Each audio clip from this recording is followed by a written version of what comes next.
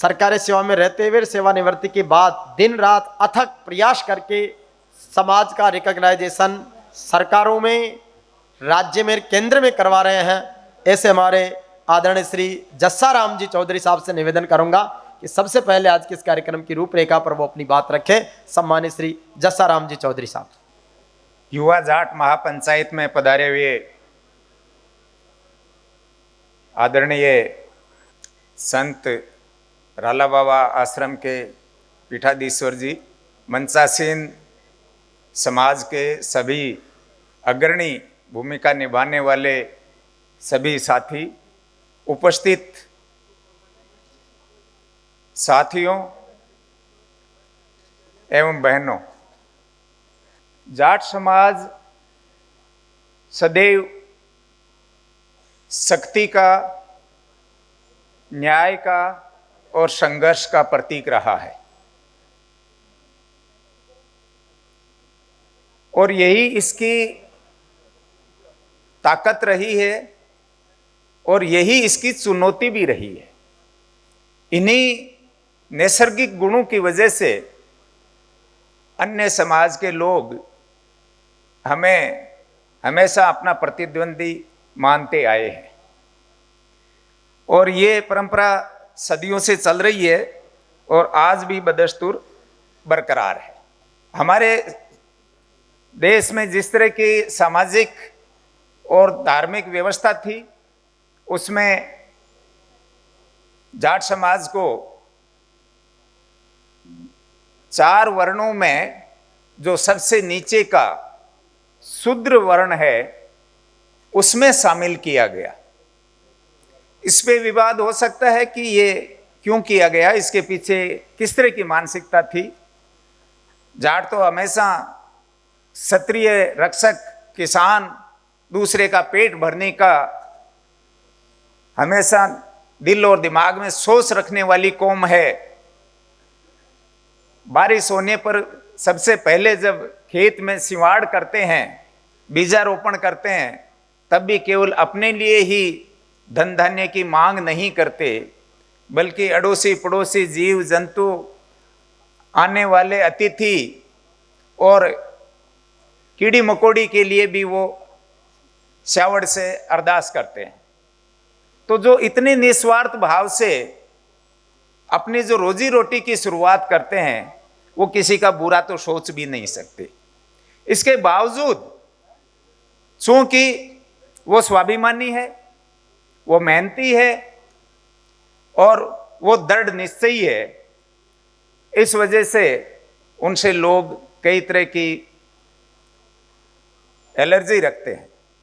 लेकिन जाट का स्वभाव ऐसा रहा है कि वो हर दबाव के आगे ऊपर उठने की काबिलियत रखता है। जिस तरह से पतंग हवा के वेग के विपरीत ऊपर आकाश में चढ़ती है, उसी तरह से जाट की जो संघर्ष क्षमता है वो हर विपरीत स्थिति में भी विजय प्राप्त करने की काबिलियत रखती है।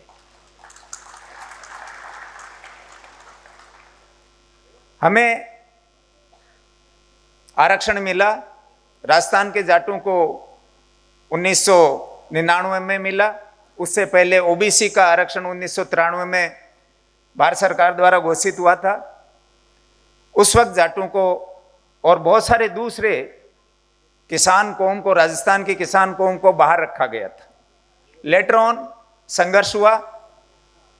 उस संघर्ष की शुरुआत में भी मैं संयोग से यहाँ जयपुर सचिवालय में स्वर्गीय चौधरी गंगाराम जी राजस्व मंत्री के पास उनके निजी सचिव के तौर पे कार्यरत था।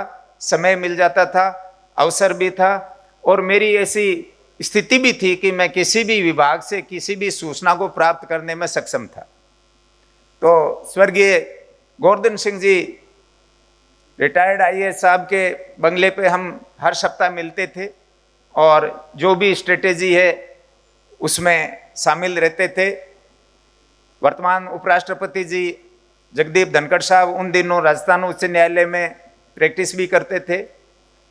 प्रोफेसर एन के महिला साहब और बहुत सारे दूसरे, हनुमान सिंह जी चौधरी साहब वगैरह, हर सप्ताह हम वहाँ मिलते। और आगे जो 1999 में चुनाव से पहले जो यहाँ जयपुर में एक बहुत बड़ा जलजला जाट समाज ने पैदा किया, और उसी के परिणाम स्वरूप हमें आरक्षण का लाभ भारत सरकार ने दिया और तत्पश्चात राज्य सरकार ने दिया। क्योंकि ये तो इतिहास की बात है, बताना इसलिए जरूरी था कि बिना संघर्ष के कुछ भी हासिल नहीं होता है। अब चूंकि आरक्षण तो मिल गया, लेकिन आरक्षण राजनीतिक इच्छा शक्ति से मिला या राजनीतिक दबाव की वजह से मिला, लेकिन कई तरह की इस पर बंदिशें भी समय समय पर निर्धारित कर दी गई। इंदिरा साहनी का एक बहुत ही महत्वपूर्ण संवैधानिक बेंच द्वारा, सुप्रीम कोर्ट द्वारा निर्णय दिया गया 1992 में, जुलाई 1992 में, उसमें 50% की सीमा रख दी। और जो पहले ओबीसी के लिए 2 आयोग बने थे, पहला आयोग 1954 में काका कालेकर के अध्यक्षता में हुआ, दूसरा आयोग 1978 में बीपी मंडल के अध्यक्षता में हुआ। उन्होंने जो पूरे देश में ओबीसी की जनसंख्या का जो आकलन किया वो 50% से अधिक था। जब केवल ओबीसी का ही 50% से अधिक था, तो उससे पहले अखिल भारतीय स्तर पर 15% शेड्यूल कास्ट और 7% शेड्यूल ट्राइब को तो आरक्षण पहले से ही था। जब 22% आरक्षण पहले था और 50% ओबीसी की जनसंख्या है, तो ये 50% अधिकतम आरक्षण वाला बैरियर क्यों डाला गया? ये एक जो सोच थी जो इन कमजोर वर्गों के खिलाफ सदा से काम करती आई है, उसी का परिणाम था। और आप और हम सब जानते हैं, हमारे बीच जज साहब राजेंद्र जी बैठे हैं, वकील साहब रामपाल जी साहब भी विराजे हैं। जानकारी तो और सबको भी है, लेकिन इन्होंने बहुत गहराई से अंदर से उस परिवार में, उस बड़े परिवार में शामिल होकर के देखा है कि हायर जुडिशरी, सुप्रीम कोर्ट और हाई कोर्ट में किस तरह के लोग पहुंचते हैं और क्या उनकी मानसिकता रहती है। तो इंदिरा साहनी के पॉपुलर जो जजमेंट था उसमें 50% का राइडर डाल दिया, लेकिन सौभाग्य हमारा यह रहा कि उसके 3 साल बाद ही एक आर.के. सब्रवाल बनाम पंजाब स्टेट व यूनियन ऑफ इंडिया के मामले में फिर एक संवैधानिक पीठ ने निर्णय दिया। यद्यपि 50% की सीमा को तो उन्होंने नहीं तोड़ा, लेकिन चूंकि उनके जो उस संवैधानिक बेंच में सीनियर मोस्ट जज थे वो कुलदीप सिंह जी थे, न्यायाधीश कुलदीप सिंह जी, और चूंकि उनकी इस समाज के प्रति, पिछड़े और दलित समाज के प्रति सद्भावना थी, तो उन्होंने कुछ नए सिद्धांत प्रतिपादित किए, जिसमें सबसे महत्वपूर्ण सिद्धांत यह रहा कि यह आरक्षण कोई वन टाइम फिनोमिना नहीं है कि आपने 100 वैकेंसी निकाली, उसमें 15% एससी को दे दिया, 7% एसटी को दे दिया और केंद्र में 27% ओबीसी को दे दिया, और उसके बाद यदि वो किसी वजह से छोड़ के चले गए, सेवा में नहीं रहे कोई भी कारण से, तो ठीक है, वो पद एक बार भर दिया, फिर चाहे किसी से भरो। उन्होंने कहा नहीं, ऐसा नहीं होगा, ये वन टाइम नहीं होगा, ये आरक्षण एक प्रतिनिधित्व प्रदान करने की व्यवस्था है, और प्रतिनिधित्व तो हमेशा होना चाहिए, वन टाइम नहीं होना चाहिए, एक बार की नहीं। तो उन्होंने रिप्लेसमेंट थ्योरी, प्रतिस्थापन सिद्धांत प्रतिपादित किया, मीनिंग देयर बाय कि यदि किसी आरक्षित अभ्यर्थी द्वारा कोई पद भरा गया है और वो खाली हुआ है, तो वो उसी वर्ग के अभ्यर्थी से ही भरा जाएगा, किसी अनारक्षित या दूसरे वर्ग के अभ्यर्थी से नहीं। और इसी तरह से आरक्षण का प्रतिशत जो वैकेंसी निकाली है उसके आधार पर नहीं होगा, आरक्षण का प्रतिशत जिस सेवा के लिए भर्ती हो रही है उस सेवा का कुल संवर्ग संख्या है, उसमें उस पर्टिकुलर कैटेगरी, जो आरक्षित कैटेगरी है, चाहे वो ओबीसी है, एससी एसटी है, उसका जो आरक्षण प्रतिशत है उसके समान, उसके समानुरूप सदैव कायम रखना होगा। और उसके लिए उन्होंने replacement theory based roster system लागू किया। राजस्थान सरकार ने 19 नवंबर 1997 को इसके लिए डिटेल गाइडलाइंस जारी कर दी। लेकिन दुर्भाग्य देखिए, 1997 और 1920 के बीच 23 साल गुजर गए।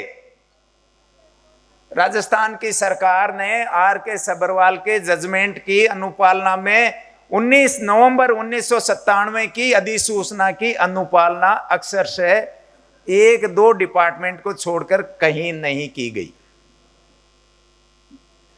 उसके लिए संघर्ष करना पड़ा और परिणाम स्वरूप आज स्थिति यह है कि राजस्थान में 85 डिपार्टमेंट है।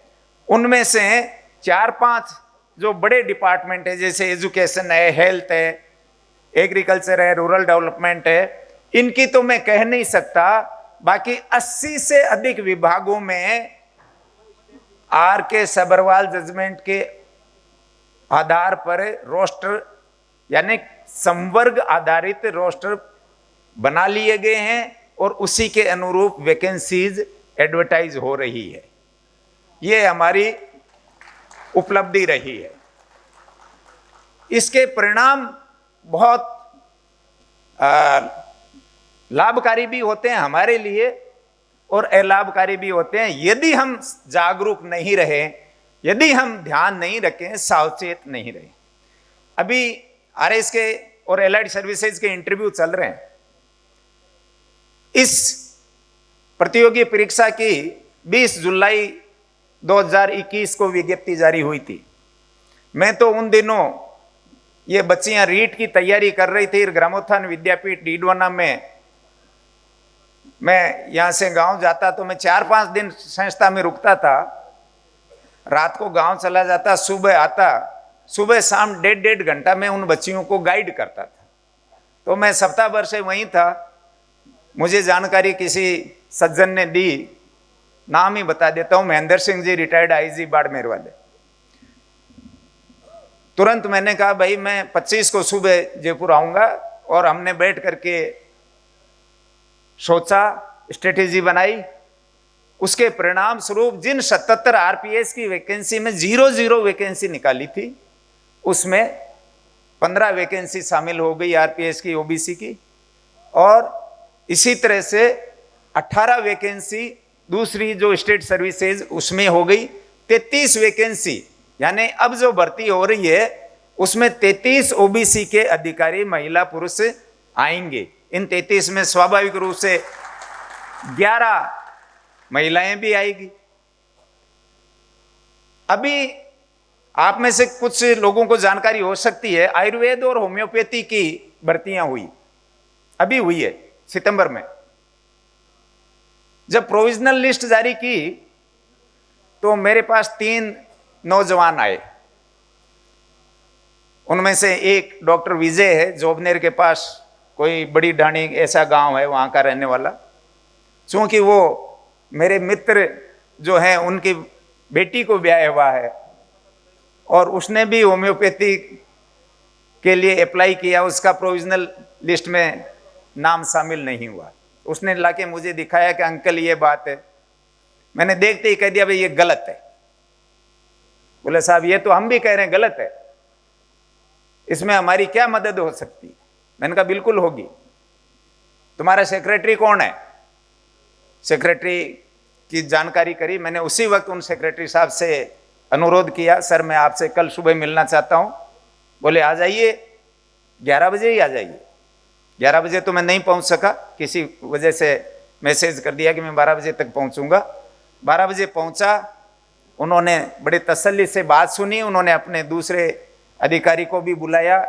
पूरी बात सुन करके 5 दिन बाद रिवाइज्ड जो फाइनल सिलेक्शन जारी लिस्ट जारी की, उसमें 18 होम्योपैथी में और 43 आयुर्वेद में, पर्टिकुलरली महिला चिकित्सक ओबीसी की नए सिरे से शामिल हो गई और अनारक्षित वाली आउट हो गई। लेकिन ये केवल एक जसाराम के बूते की बात नहीं है। वो तो चूंकि सेक्रेटरी मेरे बहुत अच्छे मतलब शुभचिंतक रहे हैं, हम साथ साथ हमने काम किया, इसलिए मेरे पास उनके नंबर भी थे और उन्होंने तुरंत अपनी दूसरी मीटिंग कैंसिल करके मेरे लिए टाइम स्लॉट रख लिया। और चूंकि उनको भरोसा था कि जसाराम गलत काम के लिए कभी नहीं कहेगा, तो उन्होंने तुरंत उस पर कार्रवाई करवा दी। लेकिन दूसरी जगह इसी तरह का सब इंस्पेक्टर वाले के लिए हम डीजी साहब से भी मिले, सारी बात उन्होंने मानी, लेकिन परिणाम सिफर रहा, क्योंकि ये मॉडल कोड ऑफ कंडक्ट वाला झमेला भी नजदीक आ गया। और उन्होंने कहा मैं एसआई की भर्ती निरस्त पेंडिंग छोड़ सकता हूं।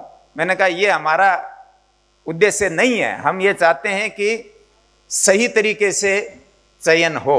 एनीवे वो अभी पेंडिंग है, जैसा भी होगा सब लोग मिलकर के चाहेंगे, संघर्ष करेंगे तो उसमें भी सही हो जाएगा। एक चीज जो अभी बताई थी कि ओबीसी को पदोन्नति में आरक्षण मिले, इस संबंध में पहले भी कई बार यह मुद्दा आया, मैंने इस पर गहनता से विचार भी किया, लेकिन हो सकता है मैं गलत हूं, मेरे से असहमति रखने का सभी को अधिकार है, लेकिन मेरे नजरिए से ओबीसी को दो कारणों से पदोन्नति में आरक्षण का प्रावधान करवाया जाना उचित नहीं होगा। पहला कारण, आर.के. सब्रवाल के जजमेंट के आधार पर अब मेरिट के आधार पर यदि कोई आरक्षित वर्ग का अभ्यर्थी अनारक्षित पद का जो लास्ट सिलेक्टेड कैंडिडेट है उससे अधिक नंबर प्राप्त करता है, तो वो अनारक्षित पद के विरुद्ध सेलेक्ट होता है और उसकी आरक्षित कैटेगरी से आवेदन हो उससे कोई फर्क नहीं पड़ता, लेकिन मेरिट के आधार पर, बशर्ते कि उसने फीस के अलावा आरक्षित कैटेगरी के किसी अन्य लाभ नहीं लिया हो। तो नेचुरली जो ओबीसी या दूसरे आरक्षित वर्ग के मेरिटोरियस कैंडिडेट है वो ऊपर अनारक्षित कैटेगरी से सेलेक्ट होंगे और उनको अनारक्षित ही माना जाएगा, उनको आरक्षित नहीं माना जा सकता। यदि आरक्षण में पदोन्नति में आरक्षण की व्यवस्था कर दी और उसमें ओबीसी का तो जैसे आज की तारीख में 21% है उतना ही रहेगा, सीनियोरिटी में यदि वो ऊपर है हमारे ओबीसी के साथी लोग, तो उस 21% से ज्यादा तो पद होंगे ही नहीं। मेरिट के आधार पर लेंगे तो आरक्षित वाले नहीं आ पाएंगे और आरक्षित को लेंगे तो मेरिट वाले नहीं आ पाएंगे, यानी हमारे आपस में भेदभाव हो जाएगा। तो हम में किसी भी तरह का भेदभाव हो वो उचित नहीं। दूसरी बात कि हम एक तरफ कहते हैं भाई ओबीसी एक मतलब वर्ग है, इसके उपवर्ग नहीं होने चाहिए, इसके टुकड़े नहीं होने चाहिए, जिसके लिए केंद्र सरकार ने रोहिणी आयोग का भी गठन 2017 में किया, उसकी रिपोर्ट भी पेश हो गई, लेकिन अभी केंद्र सरकार भी इतनी हिम्मत नहीं कर पा रही है कि इसकी उपवर्ग में विभाजित कर दें।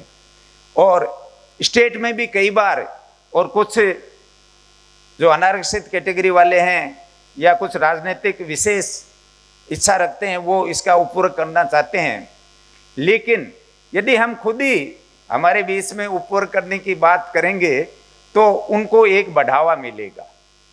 और हमारा तो ये नजरिया होना चाहिए कि ओबीसी चाहे उसमें 2500 जातियां हैं, राजस्थान में तो केवल 92 ही है, ज्यादा है भी नहीं, देश भर में 2500 से ऊपर है, तो राजस्थान की जो 92 जातियां ओबीसी में शामिल है वो सब एक हैं और एकता में ही शक्ति है। आप मान के चलो कि हम चाहे कितने ही सोशली, हमारे बीच में सोशली बैकवर्ड भी बहुत हैं, बैकवर्ड कितने ही हों, लेकिन यदि एकता है तो जिस तरह से किसी के सामने कोई कुत्ता आ गया और उसको लगता है कि ये काट सकता है उसको लाठी से या पत्थर मार करके भगाया जा सकता है, बिल्ली को भी भगाया जा सकता है, और भी दूसरे जानवर को भगाया जा सकता है। लेकिन यदि मधुमक्खी आई और उसमें आपने पत्थर फेंक दिया तो बताओ, मधुमक्खियां भागेगी, आप भागोगे?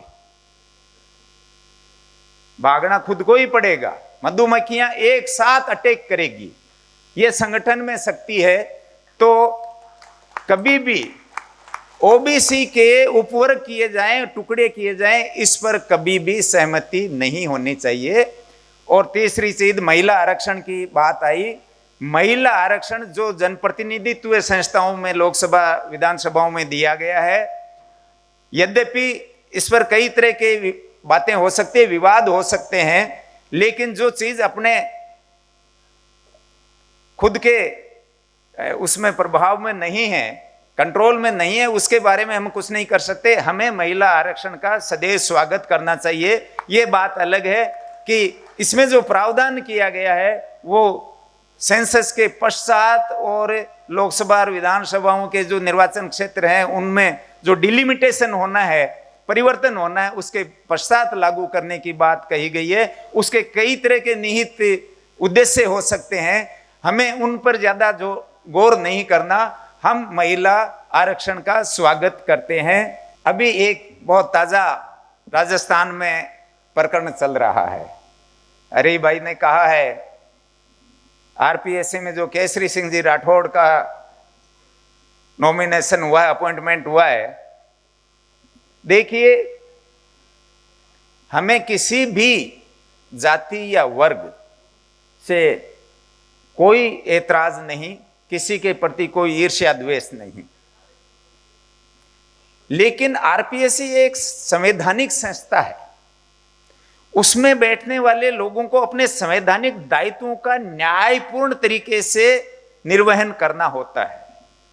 और न्यायपूर्ण तरीके से निर्वहन तभी किया जा सकता है जब आपकी सोच, आपकी मानसिकता, आपकी विचारधारा वो न्यायोचित हो, वो न्यायोचित हो। आज से पहले भी, केसरी सिंह जी से पहले भी हमारे राजस्थान लोक सेवा आयोग में राजपूत जाति से सदस्य भी रहे हैं, अध्यक्ष भी रहे हैं। राम सिंह जी चौहान अध्यक्ष रहे, यतीन्द्र सिंह जी अध्यक्ष रहे, देवेंद्र सिंह जी भाटी अध्यक्ष रहे, वो शिवपाल सिंह जी नांगल मेंबर रहे, शिव सिंह जी राठौड़ मेंबर रहे। क्या कभी किसी के खिलाफ जाट जाति ने ऐसा कोई ऐतराज किया, आंदोलन किया, उनके खिलाफ किसी तरह की मुहिम चलाई? बिल्कुल नहीं।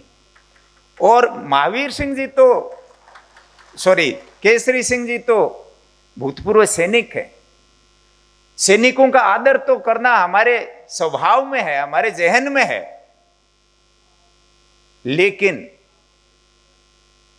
लेकिन यदि कोई सैनिक भी देश के, समाज के खिलाफ विचारधारा रखता है तो वो फिर सैनिक की भावना से नहीं काम करता। केसरी सिंह के खिलाफ भी हमने जो मुहिम छेड़ी, जाट जाति का जो विरोध है, वो केवल उनकी मानसिकता और जिस तरह का पूर्वाग्रह उनके विचारों में बैठा हुआ है उसकी वजह से है। और चूंकि वो पूर्वाग्रह से ग्रसित हैं, उनकी मानसिकता इस तरह की है, तो वो अपने संवैधानिक दायित्वों का निर्वहन न्यायोचित तरीके से, निष्पक्षता से, पारदर्शिता से कर ही नहीं सकते। तो हमारा कहना यह है कि वो अपने दायित्वों को निर्वहन करने में अक्षम है, इन्फर्मिटी है। इस वजह से उनको इस आयोग में रहने का अधिकार नहीं है। उनको किस तरह से वंचित किया जावे, यह शासन के और प्रशासन के सोचने की बात है। हमारा अनुरोध केवल इतना ही है। और व्यक्ति से मैं ये भी बता दूं कि प्राइमरी से लेकर के यूनिवर्सिटी तक शिक्षा ग्रहण करने के दौरान यदि मैंने किसी एक शिक्षक को गुरु माना है तो वो स्वर्गीय हनुमान सिंह जी जोधा थे, जिनको मैंने गुरु माना। जाट भी बहुत थे पढ़ाने वाले, लेकिन गुरु हनुमान सिंह जी जोधा साहब को ही माना था। इसलिए हमारे मन में, दिलो दिमाग में ऐसी किसी जाति के प्रति कोई विद्वेष, कोई इस तरह का वैमनस्य भाव है ही नहीं। तो हमारा केवल केसरी सिंह जी के बारे में इतना ही है कि सरकार इसके बारे में सोचे। और समाज से मेरा यह अनुरोध है कि केसरी सिंह की वजह से कहीं कोई गलत हम कदम नहीं उठाएं। गलती करना अच्छा नहीं है। यदि हमारे घर के झोंपड़े में चूहा घुस जाए तो चूहे को मारने के लिए झोंपड़े में आग कभी नहीं लगा सकते।